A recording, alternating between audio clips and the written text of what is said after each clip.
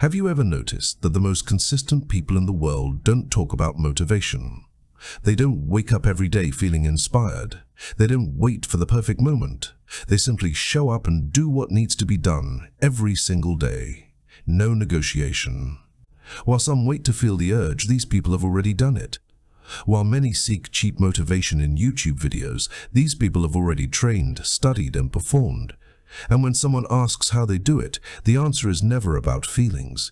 It's about something much older, much deeper.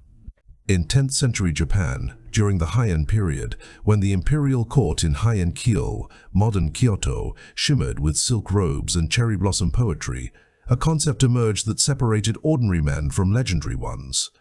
This concept didn't speak of physical strength nor of intelligence.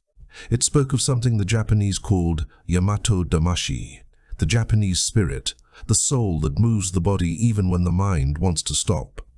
This concept built unbeatable warriors. It created generals who changed history. And it was brutally distorted centuries later during World War II, when the Japanese government twisted it into militaristic propaganda and extreme nationalism. But the original essence of Yamato Damashi had nothing to do with war or empire. It was about one simple, devastatingly powerful thing: duty over sentiment. Today, you'll discover what this ancient concept really means and how it can transform you from someone who knows a lot but does little into someone who simply can't stop taking action. But first, I need to tell you the story of a man who had all the knowledge in the world and no courage to use it. I need to make something clear before we begin. There are two types of motivation. Cheap motivation, which we can call excitement, a motivation that is important, the reason for action, which the ancients would call ikigai. If you watched the last video, you know what I'm talking about. In this video, we're going to talk about how the first type, excitement, doesn't have the power to get you where you need to be. Making this clear right from the start so there's no confusion in your mind. Before we dive in, I invite you to subscribe to the channel, like it below, and comment, what's the action you put off the most in your life? What's the plan you want to achieve and already know exactly what to do, but always stop and seek more knowledge before acting? Leave a comment, but also help others who comment. Maybe some of them need advice in an area you're proficient in, or something you've dealt with before. Let's create a community of people who help each other and want everyone to improve. Thank you for your time and attention. Back to the story. Chapter 1. The Man Who Knew Everything and Did Nothing. Year 950, Heian period, Japan. Tadayoshi was 24 years old and had already read more books than men of 60. The son of a noble family, he lived in a sprawling estate outside Heian Kaya, where wisteria draped the wooden corridors and the scent of incense drifted from the family shrine. He had access to rare Chinese classics smuggled along the Silk Road, Buddhist sutras copied by monks in flickering candlelight, and the teachings of Confucius that shaped the empire's bureaucracy. While other young nobles wasted their time on moon-viewing parties, composing waka poetry under lantern-lit maple trees or gambling with ivory go-stones, Tadayoshi studied military strategy, battle tactics, and the philosophy of war.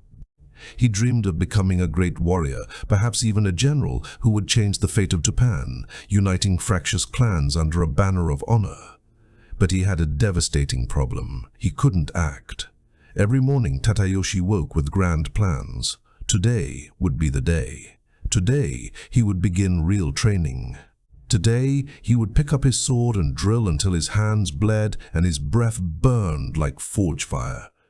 But then something would happen. He would find a new scroll, a text on a technique he hadn't yet fully mastered, perhaps the art of war annotated by a Tang general, or a treatise on archery from the Fujiwara archives. And he would think, how can I train without fully understanding the theory first? He read, he studied, he memorized, and when he finally felt ready to act, the day was over, the sun sinking behind the violet hills. Tomorrow, he promised himself. Tomorrow, I'll start. The household servants began to whisper in the kitchens, their voices hushed behind sliding shoji screens. The other nobles laughed behind their silk fans at court gatherings. Tadayoshi, the warrior of books, they mocked. He can kill you with knowledge, but never with a sword. The truth hurt. because it was real. He had enough technical knowledge to train soldiers to diagram formations on sand tables to predict an enemy's feint from 100 paces. But he himself had never sweated under a lacquered helmet, never felt the burn in his muscles after hours of kata, never faced the real discomfort that turns theory into skill. In the Heian court, where refinement was god and physical toil was left to lower samurai retainers, Tatayoshi's paralysis was almost fashionable, yet it gnawed at him like a hidden wound. His father, a stern man who had served as a military advisor to the emperor, looked at him one day across a low lacquer table, the steam from green tea curling between them. "You have the head of a general and the heart of a scribe," he said, his voice low as distant thunder. "Knowledge without action is worthless. You are a ghost pretending to be alive." The words struck like a tanto to the ribs. Tatayoshi didn't sleep that night. His father's words echoed like the tolling of the great bronze bell at Enryakuji Temple. He knew it was true. All that knowledge, all those years of studying, and he remained exactly the same, weak, hesitant, trapped inside his own head, a prisoner of scrolls and ink. The next morning, something different happened. He didn't open a book, he left. Chapter 2. The Meeting in the Forest. Tatayoshi walked aimlessly through the forest near his family's estate. The air was chilly, heavy with the scent of damp moss and decaying camellia petals. The sun had barely risen, its light filtering through a canopy of ancient cedars, painting the forest floor in shifting gold. He didn't know what he was looking for. Maybe clarity, maybe an excuse to return to his books. That's when he heard it. A rhythmic, repetitive sound, metal cutting through air, wood hitting wood, steady as a monk's chant. He followed the sound to a small clearing where mist still clung to the ferns. There stood a man. He must have been around 50, with graying hair tied back in a simple bun, his body marked by old scars that told stories of battles Tatayoshi had only read about. He moved with a wooden bokken, performing the same movements over and over, hundreds of times. The same cut, the same posture, the same breathing. Tatayoshi watched, mesmerized. There was no emotion on the man's face, no expression of effort or pleasure, just movement, pure, constant, relentless, like the flow of the Kamo River in spring flood. When the man finally stopped, Tatayoshi approached. "Master," he began, using the tone of respect without knowing if the man deserved the title, "I've watched you train. You have a discipline I've never seen. Please teach me." The man looked him over from head to toe. He saw the fine silk cassode, the soft hands untouched by calluses, the posture of someone who had never worked a day. "No," he said simply, and began to turn away. "Wait," Tatayoshi despaired. "I studied all the techniques. I know Sun Tzu. I know the strategies of Chinese generals. I can learn quickly." The man stopped. He turned slowly. His eyes were hard as river stone. "You know techniques? Good. Use them yourself." And he continued walking. Tatayoshi felt something burn in his chest. Shame, anger, desperation. "Please," he cried. "I need to change. I need to become more than I am." The man stopped again. This time he was silent for a long time. Finally, without turning around, he said, "You're going to give up." "I won't," Tatayoshi replied immediately. "Everyone gives up. I am not going." The man turned. He studied Tatayoshi's face. He saw despair there. But despair wasn't enough. Despair was just another feeling, and feelings pass. But perhaps, this young noble needed to figure this out for himself.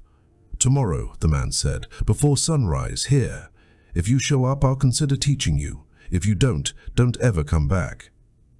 Tatayoshi nodded fervently. "I'll be here, I promise." The man almost laughed. Promises, as if promises meant anything. Chapter 3. The First Day. Tatayoshi didn't sleep that night. Every time he closed his eyes, he saw the man's stern face. He heard the voice, "You're going to give up." Not this time. He arrived at the clearing an hour before dawn. It was dark and cold, the kind of cold that seeps into bones and makes the soul shiver. He waited, teeth chattering, until the first rays of sunlight touched the treetops like the breath of Amaterasu. The man appeared like a ghost, without a sound. Suddenly, he was simply there. He looked at Tadayoshi with something that might have been surprise or disappointment.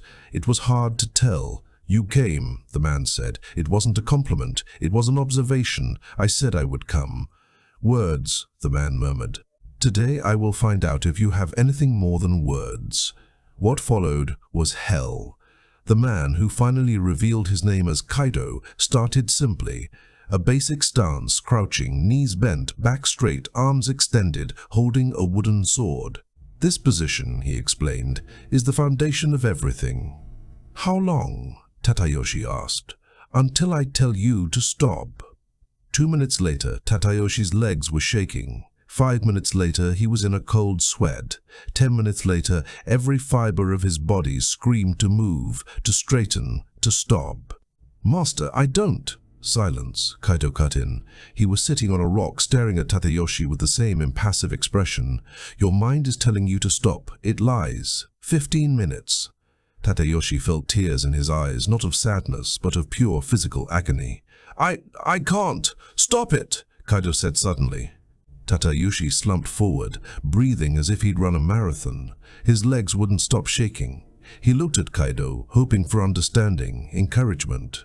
What he saw was disappointment. 15 minutes, Kaido said. "And you already want to give up? Do you think battles last 15 minutes? Do you think enemies wait for you to get comfortable?" Tadayoshi lowered his head. The shame was overwhelming. "Go home," Kaido said, standing up. "You don't have what it takes." Something broke inside Tadayoshi. "No, something woke up. No," he said, forcing himself to stand on shaky legs again. "I'll do it again." Kaido looked at him with new interest.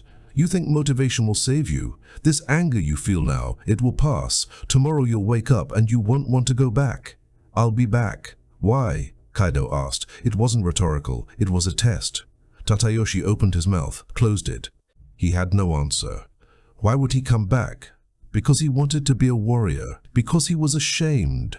These were feelings, and Kaido was right. Feelings pass. "You don't know," Kaido said, "and because you don't know, you won't last." He began walking away. "Wait," Tadayoshi shouted. "Tell me then."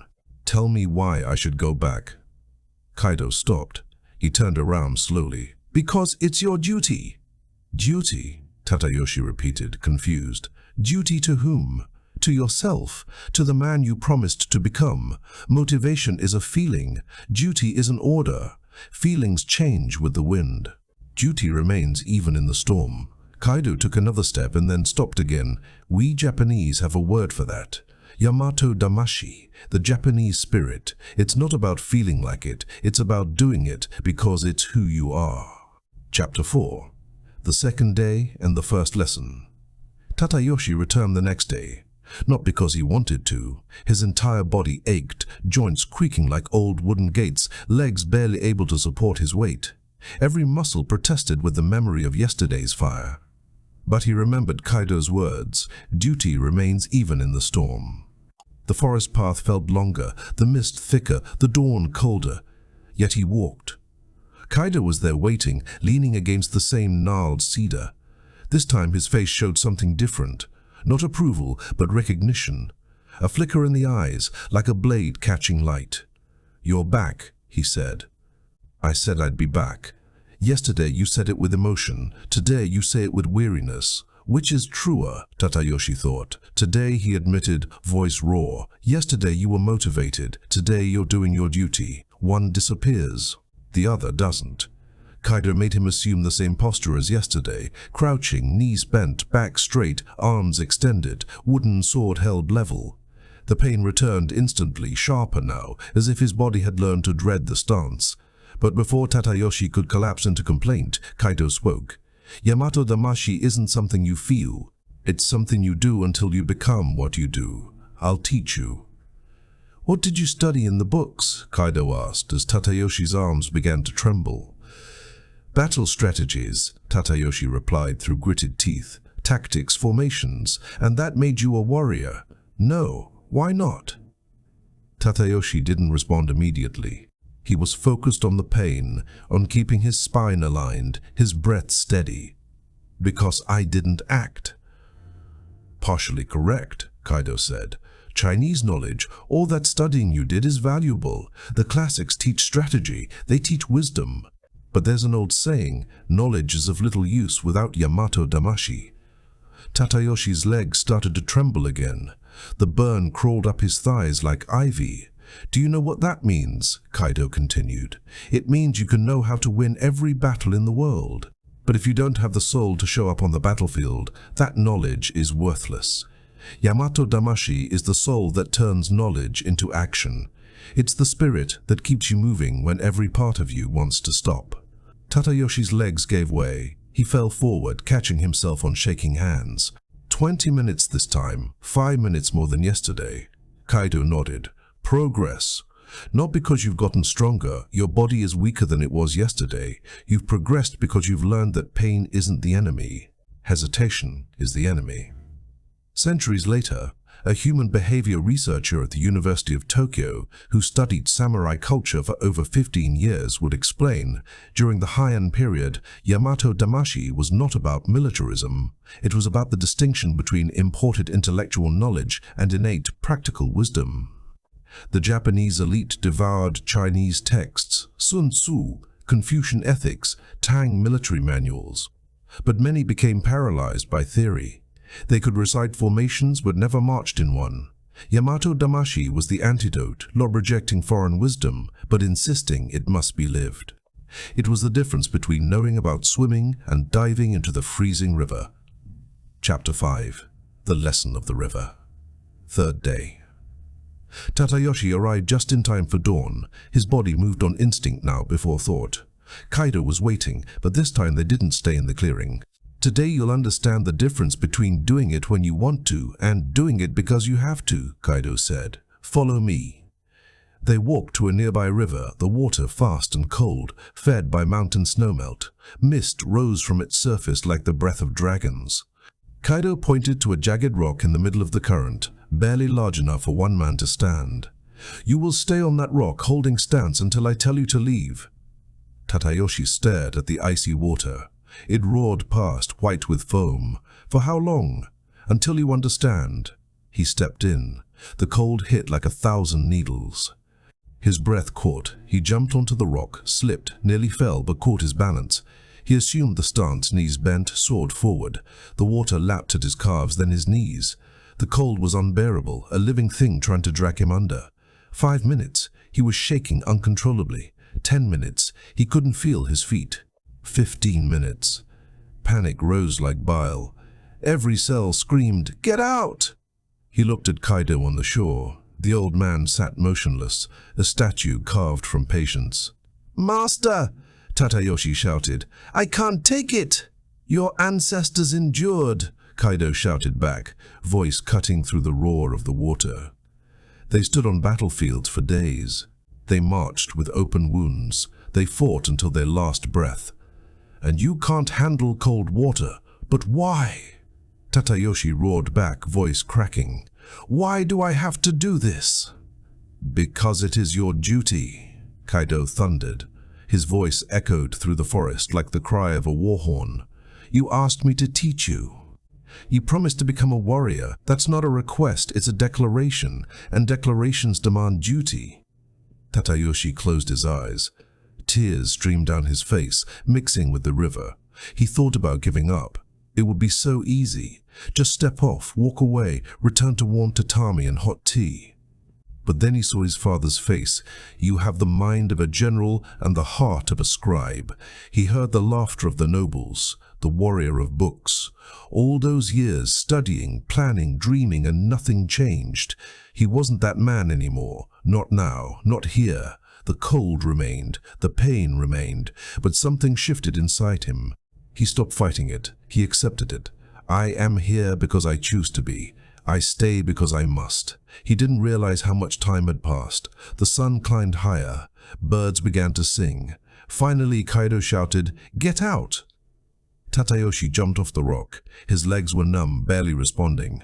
Kaido helped him to the shore and led him to a fire already crackling, prepared in silence while Tatayoshi suffered.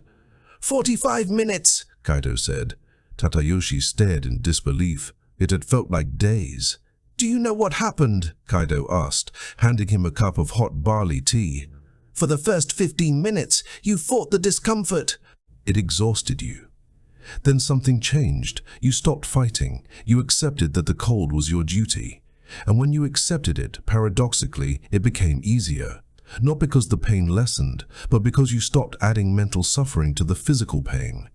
Kaido added fuel to the fire. This is Yamato Damashi. It's not about not feeling. It's about not letting feelings dictate your actions.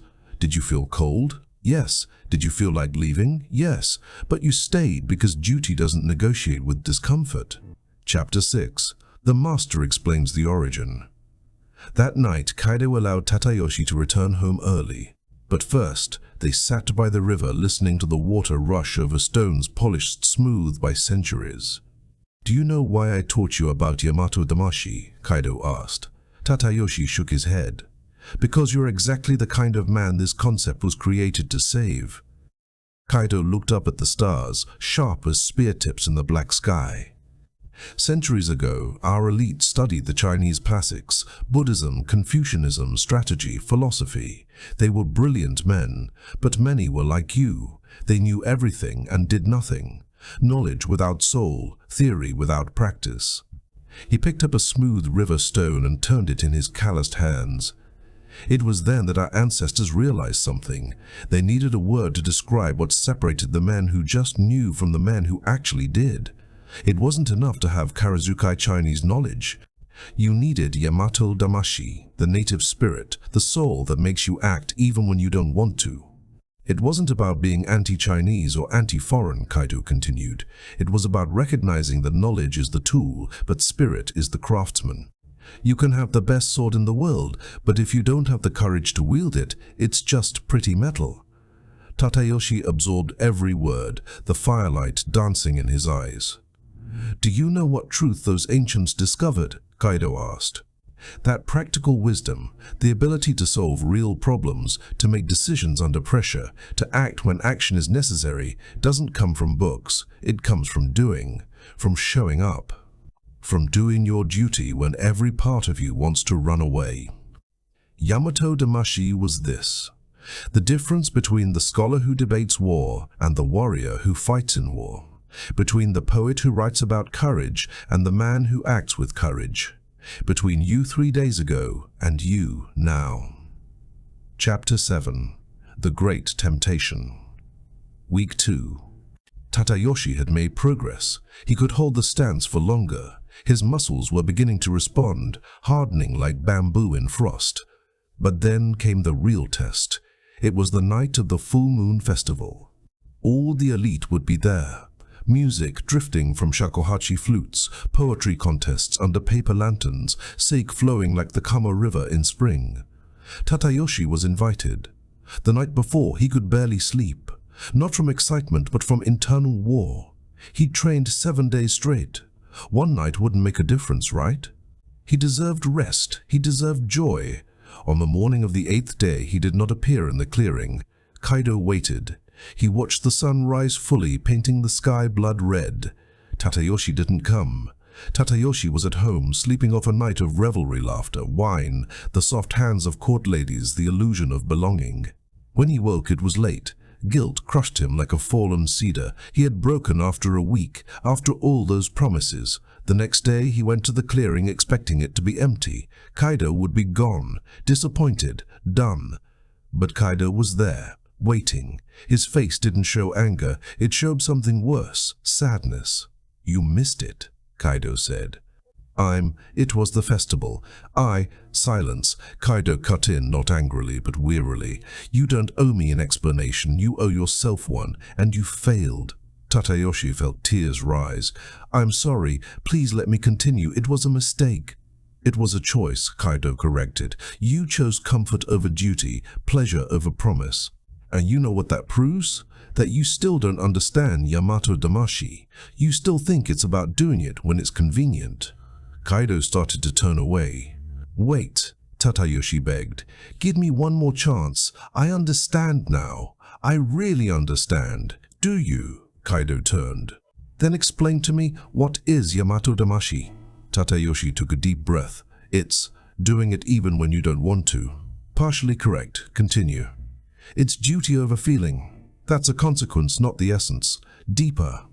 Tatayoshi closed his eyes. He thought of the river, the cold, the pain, the moment he stopped fighting. It's who you are, he said slowly, not what you do. It's your identity. When I break it, I'm not breaking a habit. I'm betraying who I declared myself to be. Kaido was silent for a long moment. Then he nodded. Now you're beginning to understand. Yesterday you chose pleasure, Kaido continued. Today you must choose consequence. Every choice has a price. Yesterday's price is paid today. What Kaido did next broke Tatayoshi completely. He made him hold the stance for 2 hours. No mercy, no breaks. The sun climbed, sweat poured, muscles seized. Tatayoshi fell trembling, sobbing, barely conscious. As he lay on the ground, Kaido said, "This pain, you chose it yesterday. When you break your duty, you don't escape consequences. You only postpone them, and they come back worse." It was at that moment Tatayoshi realized something that would change his entire understanding of discipline. The problem was never not knowing what to do. The problem was that he was playing the wrong game. Chapter 8. Identity, not action. The next day, Kaido began teaching differently. Instead of physical training, he made Tatayoshi sit on a flat stone, legs crossed, back straight. "Do you think discipline is about doing difficult things?" Kaido asked. "It is not. No," Kaido said. "Discipline is about being someone for whom these things are non-negotiable." He drew a line in the dirt with a stick. "Look, when you say, 'I want to be a warrior,' you're creating distance between who you are now and who you want to be. This distance allows for negotiation. I want to, but not today. I want to, but I'm tired." He drew another line. This one short, direct. "But when you say, 'I am a warrior,' there is no distance, there is no negotiation. Warriors train not because they want to, because it's what warriors do. It's identity, not choice." Tatayoshi felt something click in his head, like a latch sliding into place. "So, Yamato Damashi isn't about forcing action?" "Exactly," Kaido said, and for the first time in weeks he smiled. "Yamato Damashi is about embodying an identity so completely that the action flows naturally. You stop asking, 'Should I?' and start simply doing it because it's impossible not to. It's who you are. Think of the great warriors of the past," Kaido continued. "They didn't wake up every day deciding whether to train. That question didn't even exist. They were warriors. Warriors train. It's that simple." "The problem with your book knowledge wasn't the knowledge," Kaido explained. "It was that you identified as a scholar who wanted to be a warrior, not as a warrior who studies. Do you see the difference?" Tatayoshi saw clearly for the first time. "In the coming months," Kaido said, "I will teach you how to change your identity, not through thought, through repetition so consistent that your body and mind have no choice but to accept you are no longer who you were." Chapter 9. The Transformation. The following months were brutal, yet something fundamental had shifted inside Tatayoshi. He stopped negotiating with himself. Kaido taught him a single, unbreakable principle: decide once, act 1,000 times. Tatayoshi decided who he was, not who he wanted to be. He declared it silently in the dark before dawn. "I am a warrior."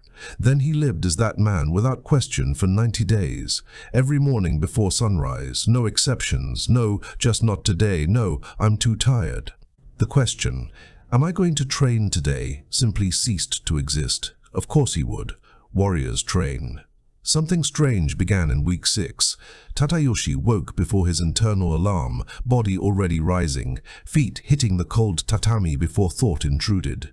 By week 8, he no longer thought about training. He simply showed up, the forest path as familiar as his own heartbeat. Kaido watched with quiet satisfaction. "See what happened? Your brain finally accepted it. You're not forcing it anymore. It's flowing." But the real test came on day 63. Tatayoshi woke burning with fever, throat raw, body aching, mind fogged like morning mist over the river. The old voice whispered, "Rest today. You've earned it. One day won't matter." He rose anyway. Staggered through the dark, arrived in the clearing swaying like a drunk. Kaido was there. One look, and he knew. "You're sick." "I am. Why did you come?" Tadayoshi answered without thinking. "Because that's who I am." Kaido smiled, not small but wide, the grin of a man who had just seen a blade forged true. "Now you understand. Yamato Damashi isn't about being strong. It's about being unshakable, not in power, but in identity." "Go home," Kaido said gently. "Rest today, but you've already proven your point. You didn't come to impress me. You came because you can't not come. You've changed." Tadayoshi returned home. He didn't feel guilty for resting. It wasn't weakness, it was strategy. Warriors rest to fight better tomorrow. Weak men rest because they're afraid to fight. The difference? Intention, identity, purpose. Chapter 10, the final lesson. Day 90. 3 months of unbroken dawn. Tadayoshi was no longer the same man. Physically, he was transformed, muscles carved where softness once lived, calluses thick as armor, eyes sharp as a hawk's. But the invisible change ran deeper. Kaido sat him down for the last time beneath the ancient cedar. "You've completed your Ango, your intensive training period. Now I'll tell you the truth you needed to discover for yourself." He leaned forward, voice low. Yamato Damashi was never about training. It was about death and rebirth. The Tadayoshi who arrived here 3 months ago, that man who knew everything and did nothing, he died. Every single day you woke and chose duty over comfort. You killed him and were reborn. "The books you read weren't wrong," Kaido continued. "Your knowledge is valuable, but knowledge without a soul is a corpse, beautiful perhaps, but dead. Yamato Damashi is the soul that animates knowledge. It transforms information into wisdom, theory into practice, intention into reality." Kaido stood.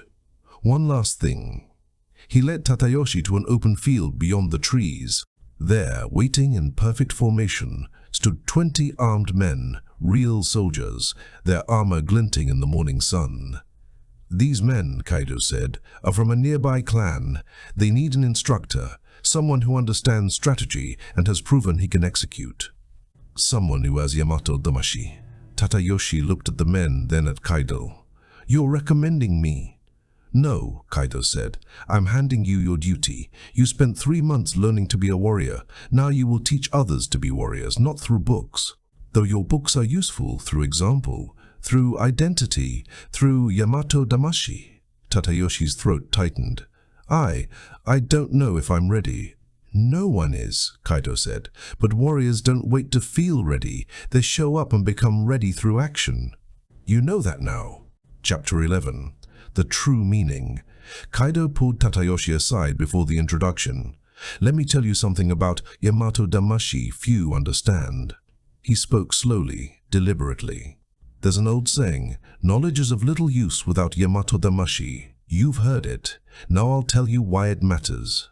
For centuries, our elite were obsessed with Chinese culture, Tang poetry, Confucian order, Sun Tzu's formations. Brilliant. But some nobles began to see the trap. They knew war but had never fought. They knew governance but froze at decisions. They knew courage but had never bled for it. They had karazukai, Chinese knowledge. But they lacked Yamato Damashi, the spirit to use it. Knowledge without spirit is useless." "You were exactly like that," Kaido said, locking eyes. "You could quote Sun Tzu, diagram battles, predict feints, but you had never sweated, never burned. Never forced your body past what your mind called impossible. Your knowledge was dead because it had no soul. Yamato Damashi doesn't reject foreign knowledge. It completes it. It takes I know and turns it into I do. That's the true meaning. It's not Japanese versus Chinese. It's intellect and experience. The spirit that makes you act, suffer, persist, transform. That is Yamato Damashi." Tadayoshi nodded. Everything clicked. He wasn't denying his studies. He was fulfilling them. He had become the bridge between theory and reality. "Now go," Kaido said. "Teach these men not just what you know. Teach them who you have become." Chapter 12. 5 years later. 5 years passed. Tadayoshi, now 29, had become what he once only dreamed of, not just a warrior, but a general. He commanded 300 men. He had won 3 decisive battles, not with superior numbers, but with unbreakable execution. His soldiers weren't the strongest, they didn't have the finest armor, but they had something no enemy could match. They did not negotiate. When the order came, they moved. No hesitation, no internal debate. Not because they were mindless, but because they shared an identity. We are Tatayoshi's soldiers. And Tatayoshi's soldiers do not break. One day, a young recruit approached him, intelligent, bookish, trembling after drills. "General," he said, "I've read all the manuals. I know every technique, but in training I freeze. I know what to do, but I can't. Why?" Tatayoshi smiled. He had waited years to pass this on. "Because you have knowledge without a soul," he said. "Knowledge tells you what to do. Yamato Damashi makes you do it." He placed a hand on the boy's shoulder. "Come with me tomorrow before sunrise. I will teach you what no book can." And the next dawn, in a clearing deep in the forest, a new cycle began. Chapter 13. Distortion and Return. Tatayoshi lived to 67. He saw Japan change, empires rise and fall, but he never forgot Kaido's teaching. He never stopped living Yamato Damashi. But the story didn't end with men like Tatayoshi and Kaido. Centuries later, in the 1930s and 1940s, militaristic governments hijacked the concept. They twisted Yamato Damashi into something monstrous: die for the emperor, blind nationalism, Japanese superiority, kamikaze fanaticism. They used the name of something sacred for propaganda. This was not Yamato Damashi. The real Yamato Damashi, the one Kaido taught, the one that transformed Tatayoshi, had nothing to do with national supremacy. It was about personal supremacy, being better than the you of yesterday. It was the internal war, killing the version of yourself that negotiates, postpones, knows but doesn't act, and being reborn as someone who executes, not from emotion, but from identity. Today, the term carries scars. Many Japanese avoid it, but the essence never died. It lives every time someone chooses duty over feeling, every time someone shows up when they don't want to, every time someone turns knowledge into action, theory into practice, intention into reality. Chapter 14. Applying Yamato Damashi today. You don't need to be a samurai. You don't even need to be Japanese. Yamato Damashi is a universal human truth. Here's how to live it. Stop making promises. Make declarations. Don't say, "I'll go to the gym." Say, "I am someone who trains." The difference seems small. It changes everything. Duty is non-negotiable. When you say, "I am someone who does X," you're not setting a goal. You're forging an identity. And identity has no days off. You don't get a day off from being you. Accept pain as the price of transformation. It hurts to break comfort, to build habits, to kill bad ones, but pain is the bitter medicine. Swallow it, heal. Knowledge without action is illusion. You can study fitness for years and stay weak, read business books and stay broke, learn seduction and stay alone. Why? Karazukai without Yamato Damashi, dead knowledge. Consistency trumps intensity.